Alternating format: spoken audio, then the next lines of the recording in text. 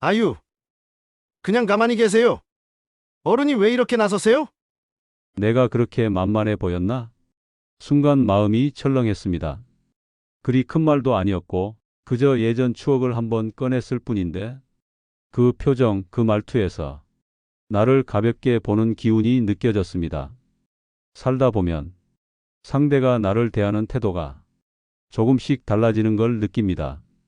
예전에는 내 말에 귀를 기울이던 사람이 이제는 대충 맞장구만 칠 때 내가 뭘 하든 괜찮아요, 그냥 앉아 계세요 하고 나를 대접하는 게 아니라 거리를 두는 듯한 태도를 보일 때 그때 마음이 참 서늘하죠. 저는 올해 71세입니다. 평생 인간 심리학을 연구하며 사람의 말과 표정, 관계의 기류를 관찰해 왔지만 정작 노년이 되어 느끼는 감정의 변화는 직접 겪어보지 않고는 결코 알 수 없는 것이었습니다. 그중 가장 마음을 흔드는 감정은 바로 이것입니다. 나도 모르게 우습게 여겨진다는 느낌. 그리고 그 시작은 내가 했던 어떤 말, 어떤 행동, 어떤 태도에서 비롯된다는 걸 뒤늦게 알게 되었습니다. 오늘은 그 이야기입니다. 나이가 들수록 우리가 무심코 하는 행동들이 어떻게 사람들의 인식 속에서 가볍게 여겨지는 이유로 변해가는지, 그리고 어떤 것들을 조심해야 내 중심을 잃지 않고 존중받는 어른으로 남을 수 있는지 심리학자의 시선으로 차분히 말씀드리려 합니다. 혹시 요즘 주변 사람들의 말투나 태도에서 예전 같지 않은 기운을 느끼신 적 있으신가요? 그렇다면 이 이야기가 분명 여러분의 마음에 와 닿을 겁니다. 내가 나를 가볍게 만든 건 아니었을까? 첫 번째는 혼자 너무 자주 연락하고 안달복달하는 경우입니다. 제가 아는 정 선생님은 70이 넘은 분입니다. 퇴직 후로는 사람 만나는 일이 줄어드니 혼자 지내는 시간이 많아졌죠. 그러다 보니 예전에 친했던 후배나 동료들에게 자주 먼저 연락을 하게 되더군요. 언제 한번 보자. 밥은 먹었니? 이번 주 시간 되니? 처음엔 반가워하던 사람들이 점점 답장이 늦어지고 전화도 받지 않는 일이 많아졌습니다. 정 선생님은 제게 이런 말을 했습니다. 나는 그냥 보고 싶어서 연락한 건데 내가 그렇게 부담스러운 사람인가? 문제는 연락 그 자체가 아니라 자꾸 먼저 연락하고 자꾸 뭔가를 제안하고 그게 거절당하면 서운해하고 그 모든 흐름이 상대에게 이 사람 외로워서 매달리나 하는 인식을 준 겁니다. 어느 순간 정 선생님의 이름은 상대방 연락처 목록 안에서 부담스럽게 여겨지기 시작한 거죠. 두 번째는 작은 일에도 감정적으로 휘청이는 겁니다. 제 지인 중 한 분은 모임에서 농담 한마디를 듣고 혼자 삐쳐서 집에 가버렸습니다. 나보고 그랬잖아. 내가 예민한가 보지 뭐. 표현은 그렇게 하지만 그 안엔 섭섭함과 자존심이 뒤엉켜 있었습니다. 사람들은 나이 든 사람에겐 더 깊은 인내와 여유를 기대합니다. 하지만 감정적으로 자주 흔들리고 작은 말에도 상처받은 티를 내면 상대는 오히려 괜히 건드리면 귀찮아지는 사람이라고 인식합니다. 그때부터 사람들은 말수도 줄고 마음을 닫습니다. 세 번째는 지나친 과거 자랑입니다. 예전에 성공한 이야기, 누구보다 잘 나가던 시절, 그땐 다 내 말 한마디에 사람들이 움직였다는 식의 말들. 처음엔 다들 와, 대단하시네요 합니다. 두 번까지는 웃으며 들어줍니다. 하지만 세 번, 네 번 반복되면 사람들 마음속에는 이런 말이 생깁니다. 지금은요?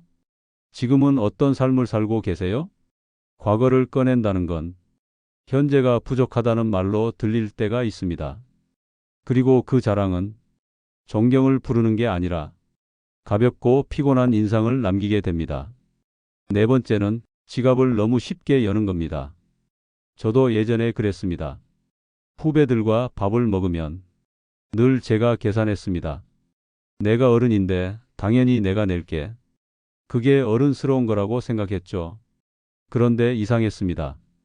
처음엔 고맙다던 친구들이 점점 연락을 줄였습니다. 모임에도 안 나오는 날이 많아졌죠. 왜일까? 어느 날 용기 내어 묻자 한 친구가 이런 말을 했습니다. 교수님이 너무 자꾸 사주시니까 저희가 죄송해서요. 그래서 점점 거리감이 생기더라고요. 어른으로서 챙겨주는 게 때론 상대에게 이 사람은 이런 걸로 붙잡으려 하나? 하는 부담감으로 바뀝니다.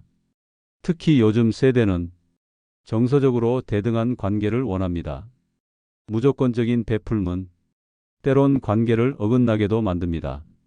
다섯 번째는 자꾸 아프다는 말로 관심을 끌려는 태도입니다.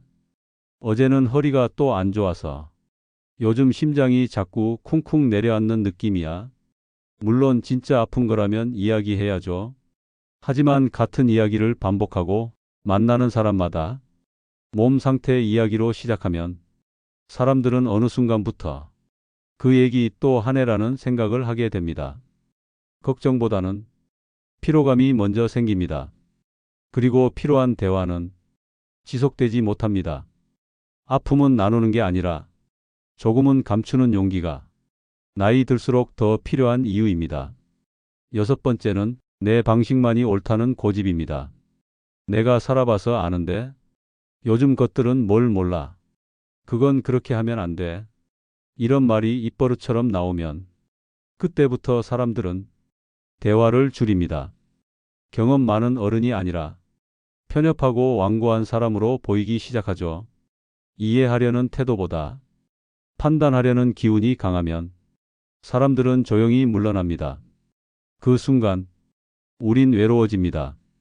하지만 그 외로움은 상대가 만든 게 아니라 내 태도가 만든 결과일지도 모릅니다. 이 여섯 가지 모두 익숙하게 들리실 겁니다. 어느 순간 나도 모르게 습관처럼 반복해왔던 행동들입니다. 하지만 그 행동들이 사람들의 마음을 조금씩 닿게 만들고 나를 가볍게 보게 만든다는 걸 깨닫는 순간부터 관계는 다시 바뀔 수 있습니다. 사람이 사람을 대할 때 눈빛이 먼저 바뀝니다. 말보다 앞서서 표정보다 더 정확하게 상대가 나를 대하는 태도는 눈에 가장 먼저 담깁니다. 그리고 그 눈빛에서 내가 가볍게 여겨지고 있구나. 그걸 느끼는 순간이 오면 말로 표현할 수 없는 외로움이 찾아옵니다. 저는 어느 모임에서 그걸 느꼈습니다. 같이 식사를 하던 중 한 젊은 후배가 제 말을 가로막더니 이렇게 말했어요. 아, 교수님. 그 얘기 저번에도 하셨잖아요. 그건 요즘은 좀 다르게 흘러가요. 그 말이 틀린 건 아닙니다. 그 친구 입장에선 자기 세대의 방식이 더 익숙하고 저의 말이 과거형 조언처럼 들렸을 수 있죠. 그런데요, 그 말투에 담긴 건 다른 사람들 앞에서 나를 한물간 사람처럼 만드는 뉘앙스였습니다. 그 순간 분명히 나는 말 한마디로 자리의 중심에서 조용히 밀려나고 있었어요. 사람들은 괜히 시선을 피했고 그 후로 나는 식사 자리가 끝날 때까지 다시 말을 꺼내지 못했습니다. 그 자리는 아무렇지 않게 끝났지만 마음속에선 그 말이 계속 반복됐습니다. 그건 요즘은 좀 달라요. 요즘은 그렇게 안 해요. 요즘은 그런 거 신경 안 써요. 요즘. 그 말 뒤에 숨은 건 결국 지금 당신은 시대에 뒤처졌다는 뜻이었습니다. 그 일을 겪고 나니 한동안 모임 자리에 가는 게 싫어졌습니다. 가면 뭔가 또 말을 잘못할 것 같고 내가 말하는 순간 사람들이 조용히 서로 눈짓할 것만 같고 무언가 과한 사람, 알아서 접어야 할 사람이 될 것 같은 두려움이 들었습니다. 이건 단순히 내 마음이 예민한 게 아닙니다. 나이 들면요, 조금만 다르게 대우받아도 그게 단박에 느껴집니다. 왜냐하면 젊었을 때와 달리 누가 나를 높여주는 말 한마디, 정중한 손짓, 의미 있는 고개 끄덕임 하나에 우린 이미 민감해져 있기 때문입니다. 그리고 그 반대의 태도, 무심한 말투, 형식적인 맞장구, 조용한 거리두기엔 더 깊은 상처를 받습니다. 나를 우습게 여긴다는 건 큰 소리로 욕을 먹는 게 아닙니다. 그건 내 말에 아무도 반응하지 않을 때, 내가 꺼낸 이야기 위로 다른 사람이 겹쳐 말해버릴 때, 누군가가 내 제안을 슬쩍 무시할 때, 그럴 때 조용히 시작됩니다.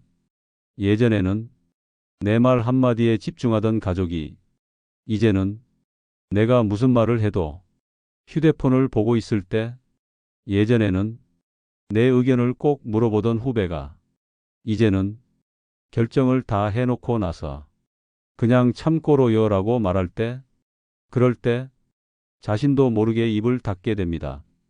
조금만 더 말하면 더 초라해질까봐. 그리고 더 무서운 건 그 다음부터 내가 먼저 사람을 피하게 된다는 점입니다. 약속이 잡히면 은근히 피곤한 척하고 단톡방에선 아무 말도 하지 않고 그냥 조용히 있는 게 낫겠다. 그렇게 스스로 관계에서 물러나게 됩니다. 그렇게 나는 내가 나를 가볍게 만들게 되죠. 사람들이 나를 그렇게 만든 게 아니라 나는 나를 더 작게 만드는 쪽으로 숨습니다. 그때부터 우리는 겉으론 괜찮은 척하며 속으로 이렇게 말합니다. 나는 원래 혼자 있는 게 좋아. 요즘 사람들은 다 그래. 나이 들면 어쩔 수 없지 뭐. 그 말들은 자존심이 아니라 서운함을 눌러 담은 체념입니다. 그 체념이 쌓이면 자존감은 조금씩 무너집니다. 그리고 사람들은 그걸 모릅니다. 그저 요즘 왜 말씀이 없으시지? 정도로 넘깁니다. 하지만 그 안엔 말할 자신이 사라진 내 마음이 숨어 있는 거죠. 그날 이후로 저는 제 자신에게 질문을 던졌습니다. 내가 어떤 태도 때문에 사람들에게 그렇게 보였던 걸까? 그 질문이 오늘 이 이야기를 시작하게 만든 이유입니다. 사람들이 나이 든 사람을 대놓고 무시하진 않습니다. 그들은 조용히 아주 조심스럽게 거리를 두기 시작합니다. 그 시작은 대개 불편함이라는 감정에서 옵니다. 젊은 사람들은 자신의 삶의 속도를 중요하게 생각합니다. 빠르게 판단하고 빠르게 결정하고 감정보다 효율을 따집니다.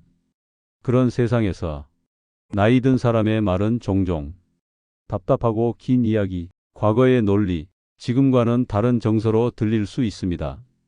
그리고 그 어긋남이 반복되면 상대는 점점 말을 줄이고 마음을 닫고 그냥 듣는 척만 하게 되죠.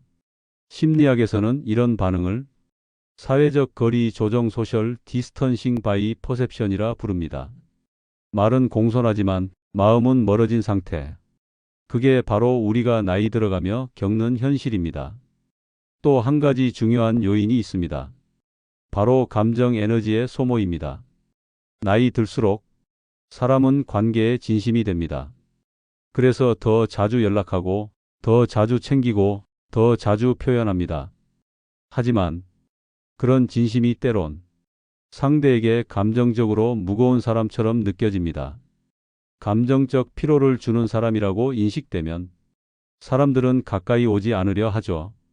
그게 아무리 선한 마음이어도 결국 사람은 본능적으로 자신이 편한 쪽을 선택합니다. 게다가 나이 들수록 자신의 생각에 대한 확신이 강해집니다. 그건 경험에서 오는 믿음이지만 상대에게는 고집으로 보일 수 있습니다. 젊은 세대는 자기 판단을 중시하고 수평적 관계를 원합니다. 그런데 그건 아니야. 내가 해봤는데 그건 틀렸어. 요즘 사람들은 이런 말들이 반복되면 상대는 듣는 입장이 아니라 방어하는 입장이 되어버립니다. 그 순간 그 관계는 더 이상 서로를 성장시키는 사이가 아닌 거죠. 무엇보다 중요한 건 존중은 감정의 반응에서 시작된다는 사실입니다.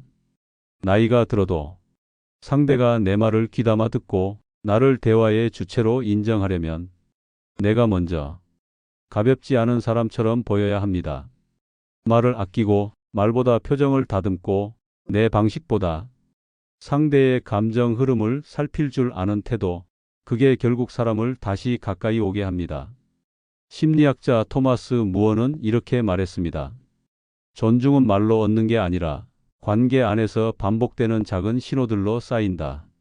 그 작은 신호가 바로 내가 사람을 대하는 말투, 말할 타이밍, 상대의 감정을 건드리지 않으려는 섬세함입니다.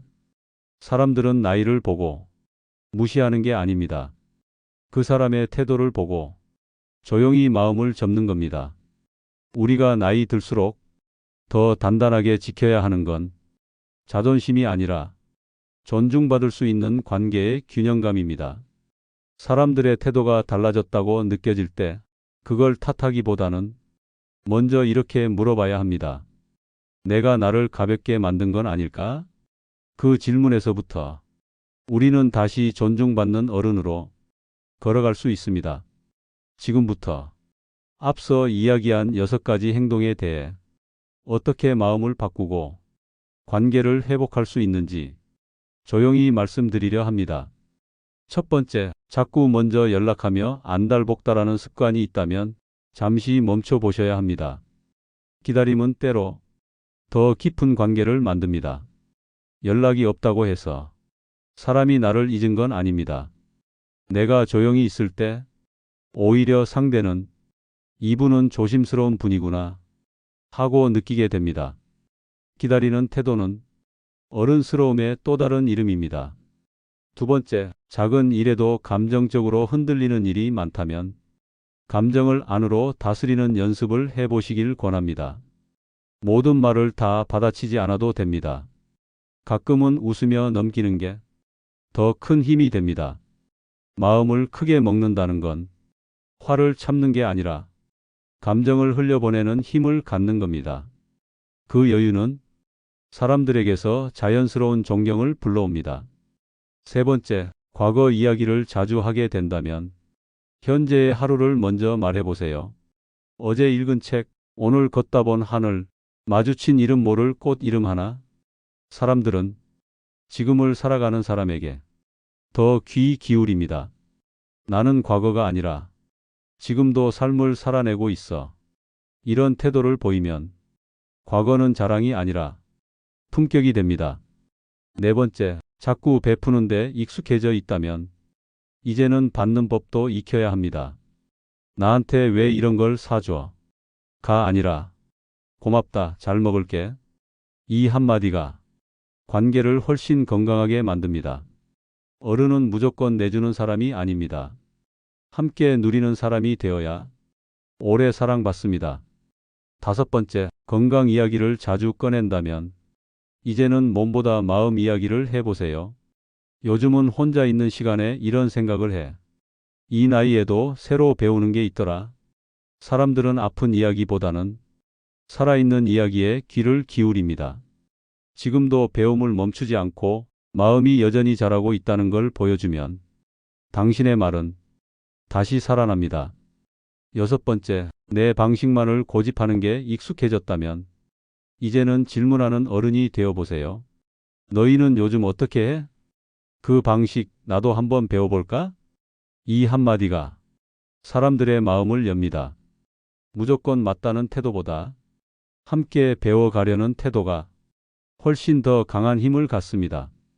나이가 들수록 말이 무거워지고 존재는 가벼워지기 쉽습니다. 하지만 태도를 바꾸면 사람들의 시선은 다시 우리 안의 깊이를 향해 돌아옵니다. 존중받는 어른이란 잘난 척하는 사람이 아니라 함께 있고 싶은 사람입니다. 그리고 그건 지금부터도 충분히 바꿔갈 수 있는 일입니다. 사람들에게 내가 더는 특별하지 않다는 걸 느끼는 순간이 있습니다. 모두가 웃고 있는데 그 웃음 안에 내가 빠져 있는 듯한 기분, 내 말에 누군가는 핸드폰을 보고 있고 누군가는 그냥 건성으로 끄덕일 뿐일 때, 그럴 때 우리는 속으로 이렇게 중얼거리게 됩니다. 이젠 내가 대우받는 자리는 아닌가 보다. 그 감정은 화가 아니라 슬픔에서 시작됩니다. 그리고 그 슬픔은 서서히 사람을 말수 적은 어른으로 스스로를 주변인으로 밀어내는 고요한 외로움으로 바뀌죠. 그 외로움 속에서 사람은 자존감을 잃습니다.